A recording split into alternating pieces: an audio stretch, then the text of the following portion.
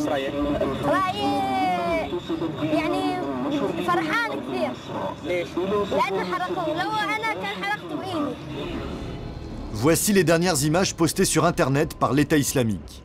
10 jours après les attentats de Paris, l'organisation met en scène des djihadistes francophones dans les rues de Raqqa, sa capitale autoproclamée. Ô vous l'Occident, n'avez-vous toujours pas compris qu'aujourd'hui les musulmans ne sont plus les mêmes qu'avant? Les persécutions et nuisances que vous avez causées aux nôtres, désormais, ne seront plus jamais impunies. Les djihadistes qui semblent réciter leur texte marchent dans les ruines de bâtiments bombardés. Le message qu'ils tentent d'imposer, la coalition persécuterait les civils alors que Daesh serait leur protecteur.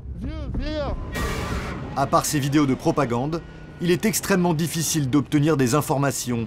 Raqqa est bouclée.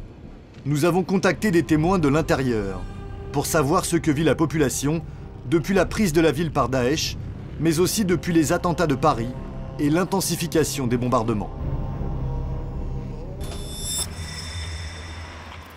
Paris, la semaine dernière.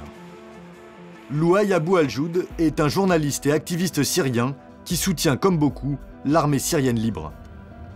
C'est beau Paris, mais je préfère la Syrie. Louaï est notre premier témoin. Il vit aujourd'hui à Alep en Syrie, où il retournera dans quelques jours. Il connaît bien l'État islamique. Il a été enfermé dans une prison de l'organisation dans la région de Raqqa pendant 9 mois. Son crime, avoir soutenu la révolution syrienne. Ils m'ont emmené dans une cave. Ils m'ont mis dans une cellule individuelle d'1,80 m sur 90 cm. Dedans, il y avait 2 bouteilles, une pour boire et une pour uriner. Un sachet pour déféquer et une assiette en carton pour manger. J'ai su par la suite que cette prison était surtout pour les journalistes. Il y avait des équipes de Sky News, Arabia TV, Orient TV, 13 journalistes étrangers, dont James Foley, Steven, Peter et les 4 journalistes français qui ont été libérés. La zone où se situait sa geôle a été reprise par l'armée de Bachar el-Assad. Sa cellule ressemblait à ça. Il a finalement été libéré dans le cadre d'un échange de prisonniers l'année dernière. Depuis, il lui est difficile d'avoir des nouvelles de Raqqa. Daesh interdit aux habitants de quitter la ville et contrôle les communications. Ça marche. Mais nous avons pu entrer en contact avec un autre opposant à l'État islamique, qui lui vient de quitter Raqqa pour la Turquie. L'homme veut rester invisible, mais nous donne des informations sur la géographie de la ville. Voici Raqqa sur une carte satellite. Avant la guerre, elle était peuplée de 500 000 habitants. Notre interlocuteur nous aide à localiser les points stratégiques. Ici, le siège de Daesh, dans les bureaux de l'ancien gouverneur. Là, le stade municipal. Avant les bombardements, il abritait le marché aux esclaves yézidis. Les sous-sols servaient de prison. La nouvelle prison est ici, à côté de la porte de Bagdad, dans une ancienne zone industrielle. Enfin, la place Al-Naïm, l'une des plus importantes de la ville. C'est ici que se tiennent de nombreuses exécutions publiques. Grâce à notre contact en Turquie, un membre du réseau de résistance Raqqa meurt en silence, nous parvenons finalement à parler avec un homme qui vit toujours sur place. Son témoignage est rare, il a réussi à pirater l'internet de la ville.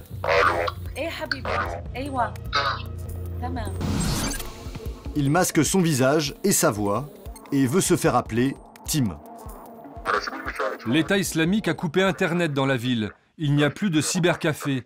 Ils ont coupé les lignes téléphoniques. Ils ont placé des caméras de surveillance partout. Dans les rues, il y a plus de caméras que de passants. Les habitants servent de bouclier humain. Ils n'ont pas le droit de quitter la ville. Et à l'intérieur, les contraintes de la vie quotidienne se multiplient. Il y a 5 jours, par exemple, Daesh a imposé une nouvelle loi aux habitants de Raqqa. L'obligation de porter l'habit afghan ou pakistanais adopté par les djihadistes. Il est maintenant interdit de porter des jeans. Tim et d'autres activistes filment quand ils le peuvent quelques images clandestines de la ville. Ici, par exemple, un magasin de vêtements pour hommes. Les seuls autorisés désormais. Ils filment également ce que l'on ne voit pas dans les vidéos de propagande de Daesh. Un djihadiste suivi de près par plusieurs femmes. Ce sont ses esclaves yézidis. Ou encore, la misère de la population, condamnée à faire la queue pendant des heures pour se nourrir. Les femmes d'un côté, les hommes et les enfants de l'autre.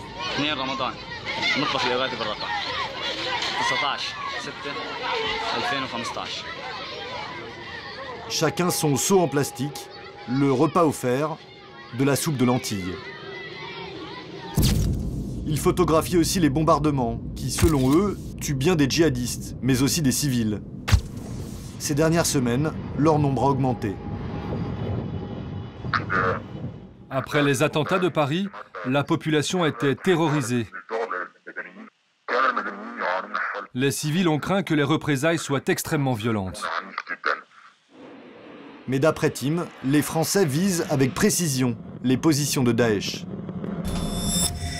Et puis, quand la ville n'est pas attaquée, ce sont ses maîtres qui oppriment la population. La vie est rythmée par les exécutions d'opposants ou d'habitants considérés comme mécréants. Daesh oblige la population à assister aux exécutions publiques organisées dans la ville. Il boucle l'endroit où a lieu la décapitation et empêche les civils d'en sortir. Leur but, enraciner l'idéologie extrémiste, la terreur dans l'esprit des enfants, car la plupart des spectateurs sont des enfants. La preuve sur ces images de propagande de Daesh, où un enfant est interviewé en marge d'une exécution, retransmise sur des écrans géants.